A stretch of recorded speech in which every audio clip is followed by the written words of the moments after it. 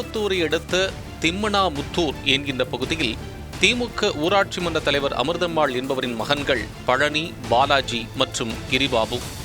இவர்கள் வெங்கடேஸ்வரா நகர் பகுதியில் கடந்த 5 வருடங்களாக பேக்கரி கடை வைத்துள்ளனர். இந்நிலையில் கடலூரில் காவல் உதவி ஆய்வாளராக பணியாற்றி வரும் பிரகாஷ் என்பவர் தனது குழந்தைகளுடன் திருப்பத்தூருக்கு சென்றுள்ளார்.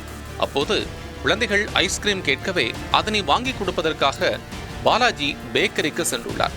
பேக்கரியின் உள்ளே ஆர்வமாக சென்ற குழந்தைகள் ஐஸ்கிரீம் எடுப்பதற்காக அங்கிருந்து ஃப்ரிட்ஜை திறந்ததாக தெரிகிறது.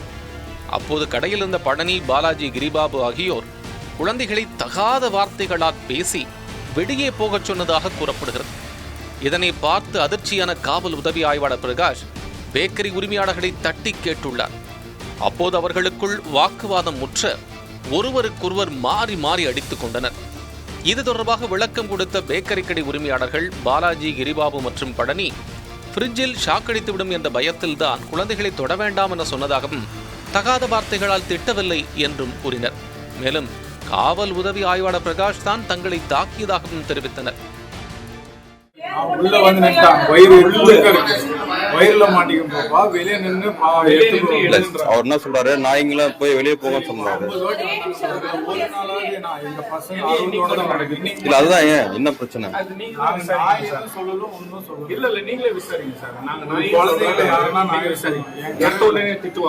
இல்ல அதுதான் கேக்குறேங்க, என்ன பசங்க என்ன பண்ணாங்க?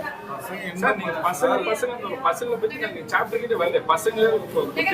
பசங்க எங்களை எதுவும் பேச விடல. நாங்க பசங்களை எதுவுமே சொல்லல. வயிறெல்லாம் ஃபர்ஸ்ட் வந்து சேஃப்டிக்கு வெளியே இங்க நின்று எடுத்துக்கலாமான்னு கூப்பிட்டு வந்து வெளியே உள்ளனா ஸ்டாலுக்கு லைட் ஒயர் இருக்கு, ஐஸ்கிரீம் ஃப்ரிட்ஜோட ஒயர் இருக்கு, எல்லாம் நாம நிக்கிற இடத்துல போறோம். நம்ம யூஸ் பண்ணிக்கலாம். குழந்தைங்களுக்கு அதுல வந்து கால் மாட்டி ஒயர் இழுத்து ஷாக் அடிச்சுன்னா நமக்கு தானே அது எல்லாருக்கும் பாதிப்பு.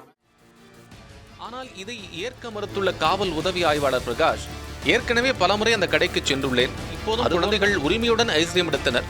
ஆனால் அவங்க தான் பசங்களை பார்த்து ஏன் நாய்களா வெளியே போங்கடா என்று திட்டி தன்னையும் அடித்ததாக கூறியுள்ளார்.